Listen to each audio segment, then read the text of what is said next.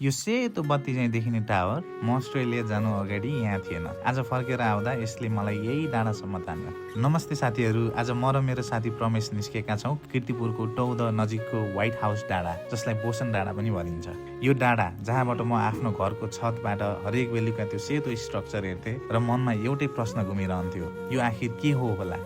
म पढाइको लागि अस्ट्रेलिया जाँदा यहाँ यस्तो केही थिएन, तर फर्केर आउँदा यो ठाउँ मात्रै होइन पुरा वरपरको माहौल नै बदलिएको छ। आज मनले भन्यो लोकल ठाउँ एक्सप्लोर गरौँ, परिवर्तन आफ्नै आँखाले देखौँ। कसरी खसाले बल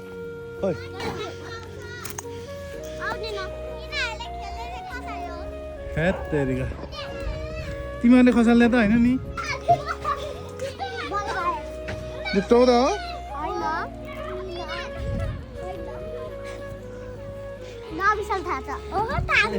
के हो तिम्रो नाम? नबिसा? बिसाउँदै नबिसाइदिने?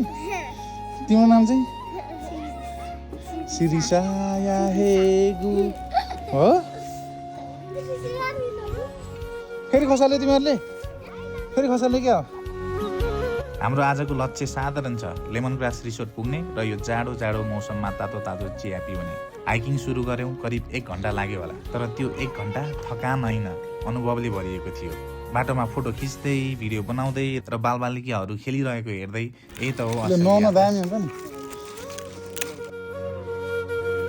जति माथि पुग्दै गयो दृश्य उति नै खुल्दै गयो। यहाँबाट पुरै काठमाडौँ, ललितपुर र वरिपरिका डाँडाकाँडा एकै नजरमा देखिन्छन्। शब्दले बयान गर्न गाह्रो छ, तर मनले भन्छ यो दृश्य सम्झनाको लागि कैद गर्नै पर्छ।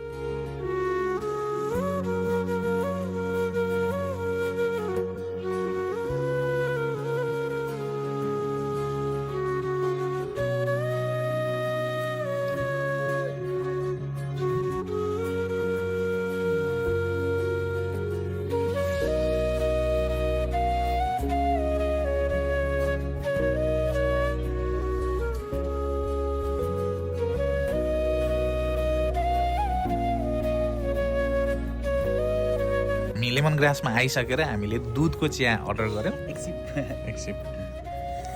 अब यो चियालाई चाहिँ तिमीले चाहिँ 10मा कति दिन्छौ?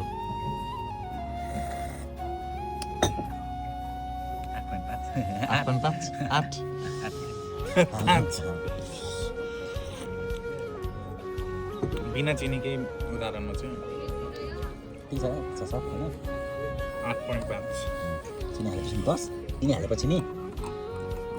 चिनी हालेपछि पनि त्यति नै हुन्छ। त्यो चिनी नहाल्दाखेरि अरू चिनी नहाल्दाखेरिसम्मको कम्पेरिजन त्यही भएर त 8.5 दुध मिठो छ, दुधै दुध हो जस्तो हो। એટલે मसला केही छैन यसमा होइन। सादा चियामा मैले 10मा 9 दिन्छु यार। हुन त चिसो भएर नि होला, ठाउँ पनि दामी भएर सोलिड 9। चेयर्स। हातमा तातो चिया, अगाडि खुला आकाश र मनभित्र शान्ति। जाडो मौसम, तातो चिया र यस्तो दृश्य, यो बाहेक अरू केही चाहिँदैन। लेमन ग्रासको चिया खाइसकेपछि चाहिँ नजिकै अर्को रिसोर्ट पनि रहेछ, त्यसको नाम चाहिँ ब्लू माउन्टेन रिसोर्ट थियो।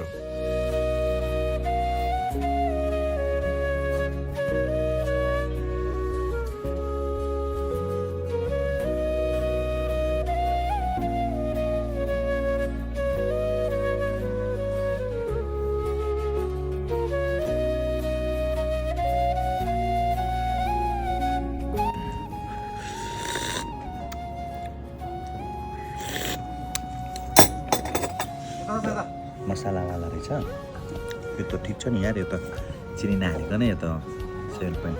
7.5 अब चिनी हालेर त यो हुन्छ नि, यो त 9.5 हुन्छ होला। मसालेदार छ, नाङ्गाला बढ्यो रहेछ।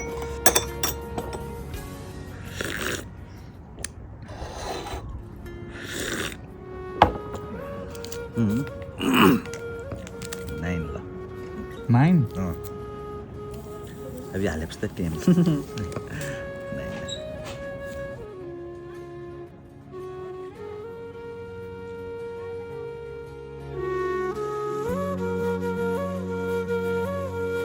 अहिलेको तुलनामा चाहिँ म यसलाई 7.5 8 ल 8।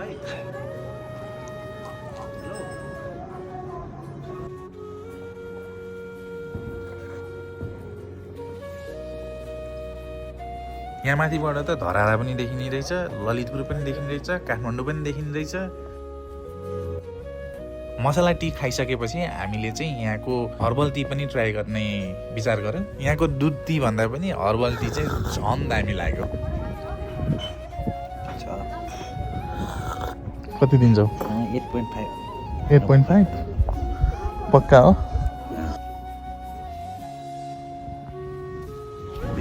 रिफ्रेसिङ गराउँदो रहेछ यसले। म चाहिँ यसलाई चिसो वेदरले गर्दाखेरि पनि होला होइन, हावा पनि लागिरहेको छ, तातो छ नि त। बस अलिक रिफ्रेसिङ छ कि 9 दियो भने चाहिँ। कहिलेकाहीँ टाढा जानुभन्दा आफ्नै वरिपरि फर्केर हेर्नु पनि यात्रा नै हुन्छ। भिडियो मन पर्यो भने लाइक, कमेन्ट र सब्सक्राइब गर्न नबिर्सिनु होला।